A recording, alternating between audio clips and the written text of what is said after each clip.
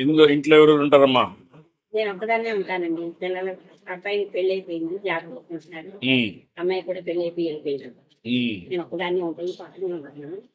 Government వల్ల ఏమేమి వస్తుంది నీకు? శాంక్షన్ అయిందండి, మన ప్రశ్నించే ఇచ్చారు 4,000 శాంక్షన్ ఇచ్చారు. ఈ పెన్షన్, నేను స్థిరంగా ఉండగలుగుతాను. గ్యాస్ కూడా వస్తుంది కదా? గ్యాస్ వస్తుందా? బస్సుల్లో ఎక్కడ పోవాలన్నా ఫ్రీగా తిరగచ్చు కదా? ఎక్కడ తిరుగుతున్నావా? ఎక్కడికి వెళ్ళాలన్నా వస్తాయి కానీ. ఎక్కడన్నా వెళ్తున్నావా? వెళ్తాను.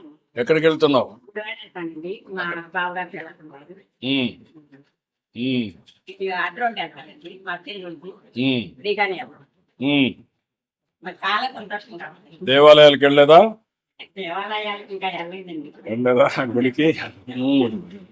ఏం కావాలనుకుంటున్నావు? పోలీసు కావాలనుకుంటున్నావా? ఏంటి పోలీసు అయితే అందరిని కొట్టొచ్చానా? అందరికి రక్షణగా ఉంటావా లేకపోతే అందరి మీద పెత్తనం చేస్తావా? ఓకే.